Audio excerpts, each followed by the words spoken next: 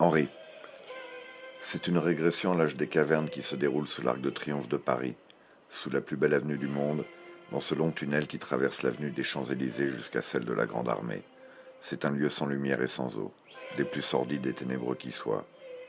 C'est là que vit Henri, complètement démuni, et depuis plus de 15 ans, dans le bruit, la poussière des moteurs et des freins. L'endroit est lugubre et infernal, d'une insalubrité rare, l'odeur y est insoutenable. Ce tunnel semble être l'antichambre de la mort. L'allure de ce personnage est biblique, il ne possède rien, aucune affaire. D'ailleurs, je crois qu'il n'en veut pas vraiment. Il passe ses journées et ses nuits jonchés à même le sol, vivant quasiment nu devant son créateur, et, pour ainsi dire, dans ses excréments.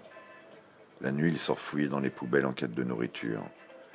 Cet homme d'origine libanaise qui aujourd'hui va nu-pieds était couturier. Il a quitté son pays entre 1984 et 1985. Il ne parle quasiment plus et n'a plus vraiment la notion du temps qui passe. Il me dit qu'il a 43 ans et qu'il est né en 59. Quelque chose ne colle pas, en plus des centaines d'excréments tout autour de sa couche, de ses pieds esquintés qu'il me montre. C'est-il qu'il témoigne? Il semble conscient de son état et ne demande rien. Malgré sa terrible pauvreté, Henri est un clochard lumineux de gentillesse. Ce sont des retrouvailles en fait. J'avais rencontré Henri l'hiver dernier, il y a un an tout juste, avenue Marceau, le trouvant déjà presque nu sur une grille d'aération servant de séchoir et de chauffage. Son histoire est connue jusqu'à Nanterre. L'un des médecins associés à la fondation du SAMU social me l'avait décrit, mais je n'avais pas fait le rapprochement à l'époque avec cet homme que j'avais croisé, puis je l'ai perdu de vue. Ce soir, je l'ai retrouvé dans la nuit en haut des Champs-Élysées. Nous nous sommes reconnus. Cet homme est l'un des sans-abri parisiens rencontrés qui fait sans doute partie du top 10 de la grande précarité, tant son état de clochardisation est avancé. Devant ces scènes de tréfonds, je me demande ce qui se joue humainement parlant pour cet homme, ayant sans doute perdu la raison et souffrant d'une immense misère.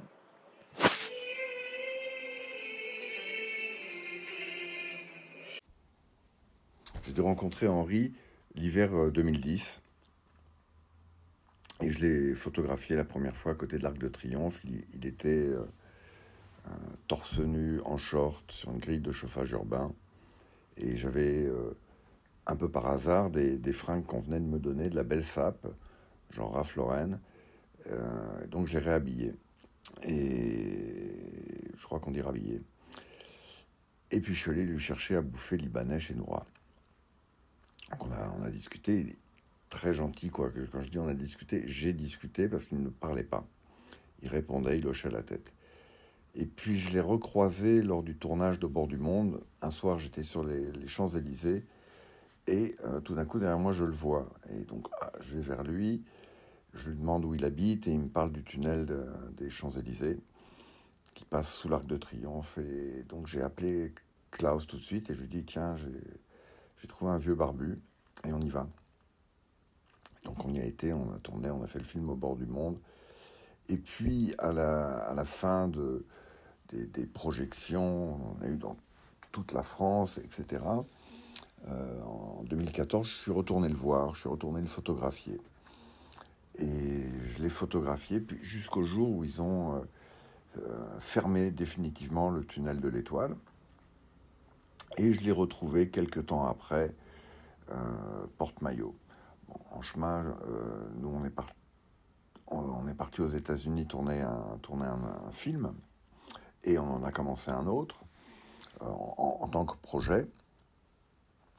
Et j'ai retrouvé Henri. Voilà.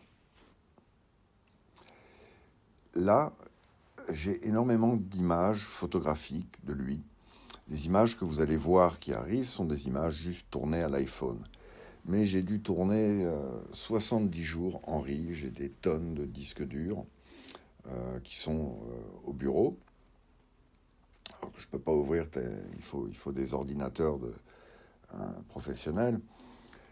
Et je me dis, j'ai vraiment envie de raconter cette histoire euh, pour lui, pour eux, pour moi, pour nous, euh, pour, les, pour les gens de la rue, pour montrer aux gens un petit peu une réalité, ce qu'on n'approche pas forcément tous les jours, de ce que j'ai vécu à ses côtés et surtout de la vie qu'ils ont. Maintenant, je ne connais pas tout non plus. Moi, j'étais un touriste là-dedans.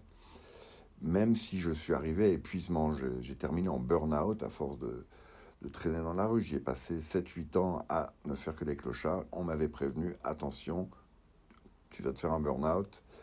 Et je me le suis fait. Mais maintenant, maintenant je me suis bien reposé. Ok, je le dis un moment dans la vidéo, je suis fatigué. Non, je suis fatigué de cette histoire, dans le sens où maintenant le bébé a mûri, la gestation est prête et maintenant il faut accoucher. Alors, mon métier n'est pas réalisateur. D'ailleurs, je ne sais pas vraiment quel est mon métier. Moi, je tourne des images et je suis un peu une sorte d'auteur, artiste, anciennement aventurier. Je suis plutôt casanier en ce moment, comme vous tous d'ailleurs, hein. Le Covid ne nous a pas aidé à sortir de la maison. Mais bon, voilà, j'ai vraiment envie de monter ce film. J'ai en tête le tableau, le grand tableau. Il va falloir que je me mette devant le grand tout. Donc, je pense me mettre en route très rapidement, parce que je m'emmerde un petit peu en ce moment à faire la bagarre sur Internet avec des idiots. Et j'ai envie de faire des choses jolies. Alors, bien sûr, j'ai d'autres projets de tournage, mais là, en route. Mais là, ce serait quand même mon film. Alors, c'est pas mon, parce que je veux que ce soit le mien, mais ça veut dire qu'il va falloir que je fasse tout ce que fait le réalisateur, ce qui est un boulot immense. Moi, je suis bien content d'être le second dans un film, parce que justement, j'ai pas les mêmes responsabilités que le réalisateur, alors le seul avec lequel j'ai travaillé, bon, c'est un génie. Je ne suis pas un génie. Alors, il va y avoir beaucoup de boulot, mais je vais me faire aider. Parce que, bon, à force de traînailler dans le cinoche, je les ai vus faire, hein, donc j'essaie de mettre la même chose en route. En tout cas, l'idée est là, le matériel est là, il n'y a plus qu'à monter le film et réunir tout ça et avancer et voir où ça va. Et voilà, je voulais introduire le truc que j'ai posé là, tout comme ça, sur mon petit Mac, dans le iMovie, avec une très mauvaise qualité, un très mauvais montage. Mais c'est comme ça, il faut bien commencer. Alors, enjoy. Je regarde à nouveau les images que j'ai prises d'Henri, des images qui me hantent depuis des années. C'est des images sur les morts vivants. Alors, vous les connaissez, vous connaissez les films que j'ai faits, les photographies que j'ai prises, et d'autres non, pas encore. Et j'aimerais laisser une trace de ce voyage que j'ai fait aux portes de la folie, au royaume des morts vivants, aux portes de ma propre folie, aux portes de ma propre mort. Je revenais d'une crise cardiaque et je me suis mis à rechercher Henri. C'était à la suite d'un tournage. Et je l'ai cherché dans les tunnels, je l'ai retrouvé. On a passé du temps ensemble et je suis devenu complètement fou à essayer de le sortir d'un endroit où il était. Les rats allaient le bouffer, il était malade et on a été au bout du truc. En chemin, j'ai réussi à l'emmener au bord de la mer, à être tard en voyage, c'était son souhait. On a créé un lien fort, une amitié. Puis j'ai arrêté d'aller le voir en tout début 2018, sous la neige.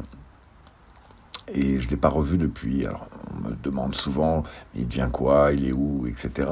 Donc certaines personnes me rencardent, le croisent. Alors je ne sais jamais si c'est lui ou si c'est pas lui, parce que des barbus qui lui ressemblent, il y en a d'autres. Mais bon, quand ce sont des personnes proches du film, qui ont vraiment vu le film, qui me disent « Oui, je l'ai vu, je les crois, mais je ne suis pas allé le revoir. Il est temps que j'y aille. » Mais avant, je ne crois pas que ce soit la priorité. Ça peut, voilà, ça peut se faire. Je peux reprendre quelques images de lui, bien entendu, le retrouver. Mais je ne repartirai pas en cavalcade comme je l'ai fait. Je n'ai pas la forme pour ça.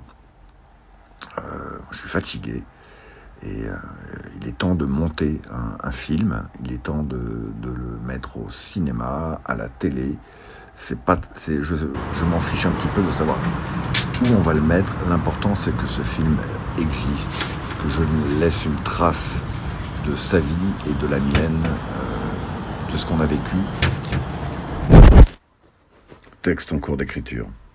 Cette image est forte, c'est l'indicible angoisse et le néant réunis. Le cri de Munch, hurlant, méfie en pleine et infernale réalité. De ma petite balade photographique et picturale, c'est sans doute celle-ci qui actuellement me scotche le plus.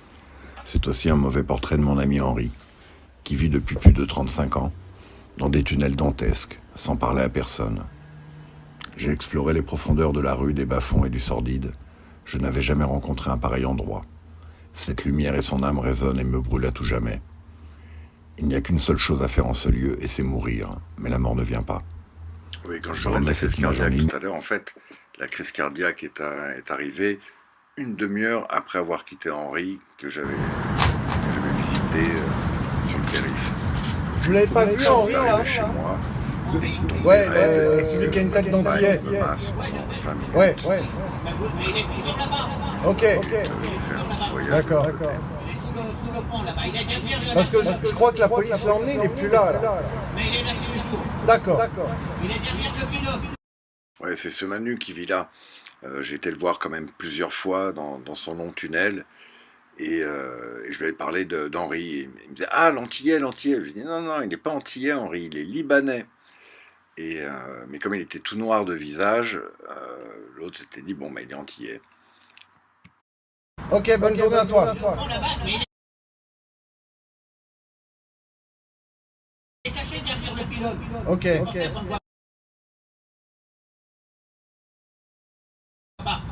Ça va, toi? Oui. Il y a des gens qui vident tous les sacs là. Ok. Les sacs là sont pleins. S'ils viennent tout à l'heure, c'est parce que les gens qui viennent. Ouais. Il est toujours là-bas, je crois, tous les jours. Ils vont bien, les rats? Ouais, c'est moi qui les nourris. D'accord. Ils viennent manger à la main. Ah ouais, c'est bien. De temps en temps, je ramasse et je descends quelques sacs. Il y a des gens qui font tout. Il y a des sacs. Les gens, ils font tout, tu dis? Ouais, ils cherchent.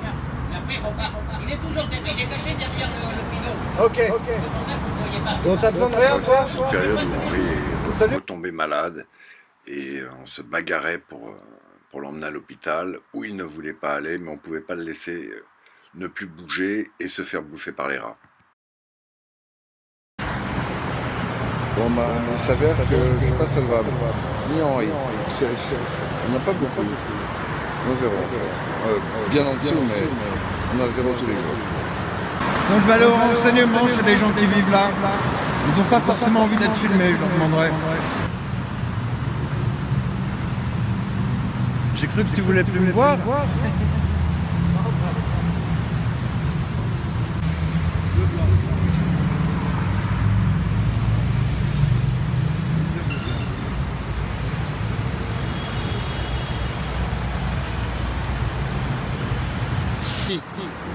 Combien tu lui donnes à Sylvain aujourd'hui?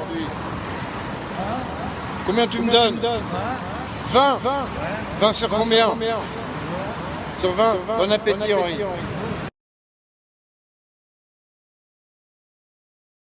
On fait un film sur toi et moi. Ça marche? C'est parti? Toi et moi. On fait ce film. Au bord du monde. Numéro 2 ou numéro 2?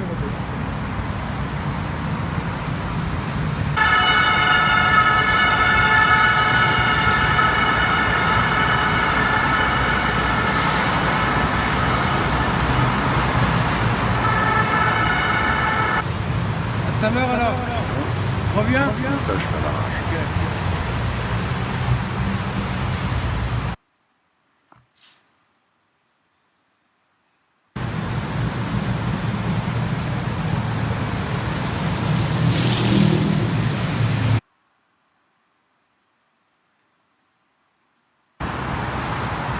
petit café et maintenant on peut aller se coucher. Henri dort, vous n'avez pas quelqu'un qui dort. Surtout à la rue, c'est tellement difficile de se Je pense que pour commencer, il faut à nouveau réunir toutes les images au même endroit. C'est hyper propre, il a rangé tout seul. Tout posé devant soi. Les photographies. Là, tout ce que j'ai filmé, je crois que j'ai filmé. Je ramène des clopes. Ok, et puis quoi d'autre? Ok, super, à tout de suite. Tout va bien, c'est plutôt que je commence à m'habituer à grave et ça depuis des mois. Les images animées. Même plus combien il y Je a disais de que tonnes. j'ai filmé que je passe 60 Seul, J'ai passé 70 jours à aller le voir tous les Tout jours. ça, sur bon, Périph'. c'est même pas moi qui Et j'avais une caméra à chaque fois. Ils sont au bureau. Et il faudrait que je sorte tout ça et que je me mette devant. Et En voilà. gros, faut se dépêcher parce que je suis quand même crevé. Si on le retrouve vivant, tant mieux. C'est beaucoup de boulot. Hein. Voilà. Taratata. J'ai l'impression que c'est lui qui va me survivre. Et j'aimerais bien faire le montage, faire un film, et revoir tout ça la avec musique en franchement faire plusieurs heures. Et puis il y a énormément d'images que vous n'avez pas vues, il y a des choses fortes. ces disques durs. Et je vois très très bien. on le fait alors ou pas? Je ne me souviens peut-être même Je crois plus. que c'est assez énorme ce que j'ai tourné en plus. Images tournées, on le fait. Avec un commentaire et la musique, je l'ai en tête, quoi. Certains la connaissent déjà. C'est lui qui l'a choisi.